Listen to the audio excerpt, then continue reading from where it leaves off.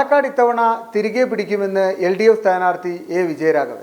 ബഹുജനങ്ങളെ LDFനൊപ്പം അണിനിരത്താൻ കഴിഞ്ഞതായും പാലക്കാട് മണ്ഡലം ഇത്തവണ LDF തിരിച്ചുപിടിക്കുമെന്നും പാലക്കാട് മണ്ഡലം LDF സ്ഥാനാർത്ഥി A. വിജയരാഘവൻ പാലക്കാട് മാധ്യമങ്ങളോട് പറഞ്ഞു. UDFനും BJPക്കും മുന്നേറ്റമുണ്ടാക്കാൻ കഴിയില്ല എന്നത് ഉറപ്പാക്കിയിട്ടുണ്ട്. ഇപ്പോൾ രാഷ്ട്രീയമായ ഇടതുപക്ഷ മുദ്രാവാക്യങ്ങളുടെ പ്രയോഗം എന്നുള്ള നിലയിൽ തെരഞ്ഞെടുപ്പിൽ ജനങ്ങളെ അണിനിരത്തുക എന്നുള്ളതാണ് അതിൻ്റെ സംഘടനാ ചുമതല.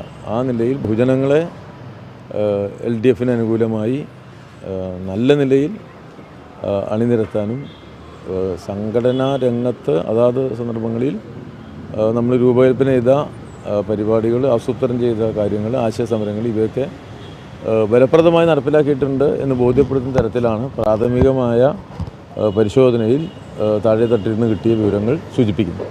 പാലക്കാട് മണ്ഡലം കഴിഞ്ഞ തവണ നഷ്ടപ്പെട്ടു പോയ മണ്ഡലം തിരിച്ചു പിടിക്കുമെന്ന് തന്നെയാണ്. തീർച്ചയായിട്ടും തിരിച്ചു പിടിക്കും എന്നുള്ളതാണ്. അതിൽ സംശയിക്കേണ്ട യാതൊരു വിഷയവും വരുന്നില്ല.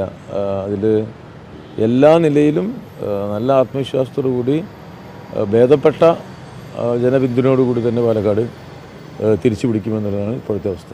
വോട്ടിംഗ് ശതമാനം കുറഞ്ഞത് ഏതെങ്കിലും തരത്തിൽ, അത് ചൂടും അങ്ങനെയുള്ള പല കാരണങ്ങൾ പറയുന്നുണ്ട്, അത് ഏതെങ്കിലും തരത്തിൽ ബാധിക്കുകയോ? ഈ വോട്ടിംഗ് ശതമാനം എന്ന് പറഞ്ഞാൽ അതൊരു ആപേക്ഷികത ഉണ്ടായത്.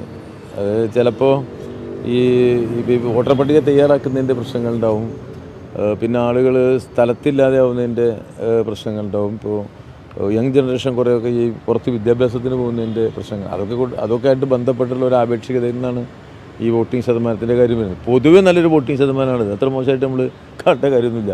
ഇപ്പോഴത്തെ അന്തരീക്ഷത്തിൽ ഭേദപ്പെട്ടൊരു വോട്ടിംഗാണ്. +70 എന്ന് പറഞ്ഞാൽ ഏത് വോട്ടിംഗ് സമ്പ്രദായത്തിലും ഒരു മികച്ച വോട്ടിംഗാണ്. ഇപ്പോൾ ഒരു 74% അടുത്ത് വരുന്നത് നല്ലൊരു വോട്ടിംഗ് തന്നെയാണ്. കേരളത്തിൽ 70 താഴേക്ക് പോകുമ്പോഴാണ് അത്ര തന്നെ ആവുന്നില്ല എന്നുള്ളത്. നമ്മൾ സാധാരണ കേരളം എപ്പോഴും 70%-ൻ്റെ 80%-ൻ്റെ ഇടയിലുള്ള ഒരു പട്ടികയിലാണ് വരാറുള്ളത്.